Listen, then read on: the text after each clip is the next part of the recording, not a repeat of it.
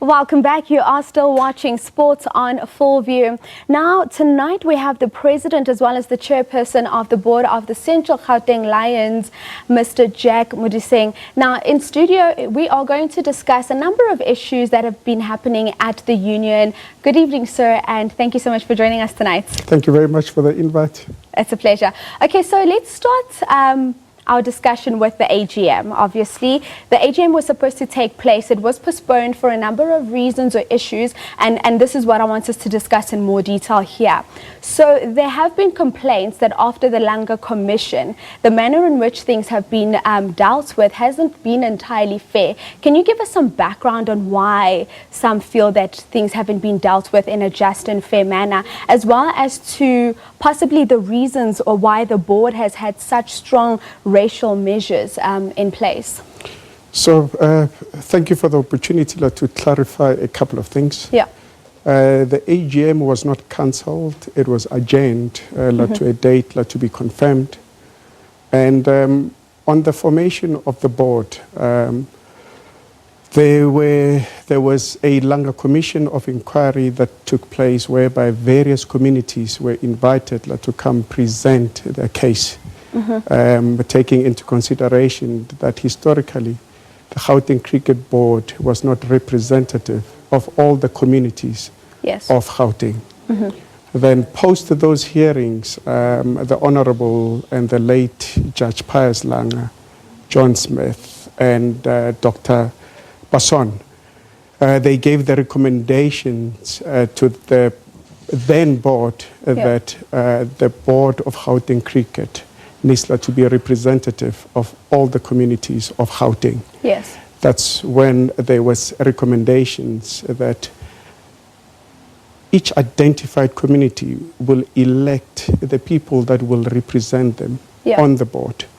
And based on those communities, there were previously advantaged clubs, which were commonly known as the white clubs. Yes. Then you had the Indians and the Coloureds, which they've called themselves the Concerned Cricketing Fraternity, and then the black clubs, which were called Black African Cricketers Clubs, to form the board of Gauteng Cricket. Yeah. And from there on, based on that formation, it was just unfortunate that we had to be controlled by a piece of document in order to get all the communities to work together. Yes. And if you look at the current board, it is the representatives of all communities of Gauteng, and with a nice diversity from a female inclusion perspective from all races. So the 7 non-independents, those are the directors being elected by the Members' Council, and the Members' Council in this case is the clubs that are affiliated to Central Gauteng Lions. Yeah. And then the 5 independent directors, we have a separate nomination process which has been conducted by an external individual that has been selected by CSA. Okay. Now you speak of the meeting actually being adjourned. Is it adjourned to a date that has already been put in place, or is that still yet to be done with, of course, that normal notice period that would then go out? So we are busy engaging with different stakeholders, which is inclusive of CSA and our various clubs. We still need to meet with the mother body, just ensure that we have ticked all the relevant boxes before the process of coming up with a brand new date. Yeah. So it's a bit of a challenging period whereby we as the board, we want to make sure that we tick all the relevant boxes with regards to any issues that were brought forward by various clubs from a CGL perspective. Yeah. And are there any timelines in place? I know that we're saying we don't have a date yet, but have we said we would like to have a date by this moment in time, or are we just playing it by ear? So the idea, we want to make sure that we have our AGM before the end of the year. Okay. So based on our interaction with Cricket South Africa, the intention is to try and get an external party to come and assess if Gauteng Cricket Board has managed to implement the critical success factors that were recommended by the Langa Commission. Okay. So we would have loved to have at this AGM as soon as possible. But taking into consideration that the Langa process is being owned by CSA. Yes. CSA is the custodian of the Langa process. So we need to engage with the mother body. They need to satisfy themselves that we have implemented all the critical success factors. And if they're happy, then that's where they'll be able to tick all the relevant boxes and allow us to have our own AGM. Okay, so now speaking about the Langa Commission, which you've just touched on, and in hindsight looking at it, what would you say are some of the pros and the cons that have come from that, given that we've now seen everything play out after the commission? Those are a bit subjective.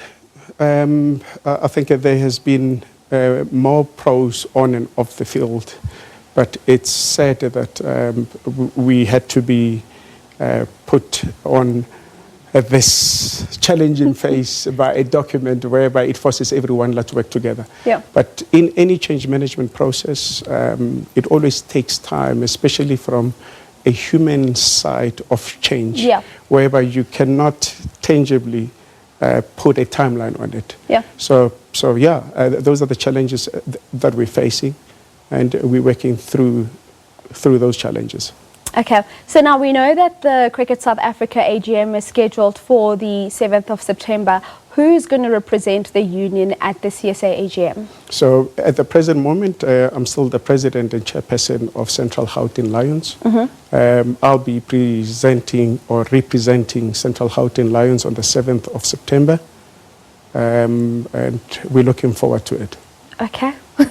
I like how you say we are looking forward to it. We're also looking forward to the other AGM. But let's talk now about something which some may say is very controversial. We've seen in the past where squabbles from the boardroom have affected the union financially. I mean, for example, the IPL that was held here in South Africa, do you think we currently in a position where we're flirting with the idea of seeing the union suffering financially as a result of what's currently happening? For example, seeing international money-making games being taken away from Gauteng during the period that we're currently in.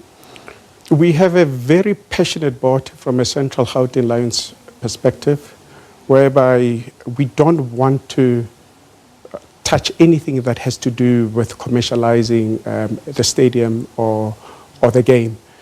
So we're working extremely hard to ensure that that does not happen. And I don't think that will definitely happen. That will definitely happen due to the fact that our intention is to make sure that that we bring all the relevant stakeholders around at the table to discuss and sort out any issues where there is a serious misalignment.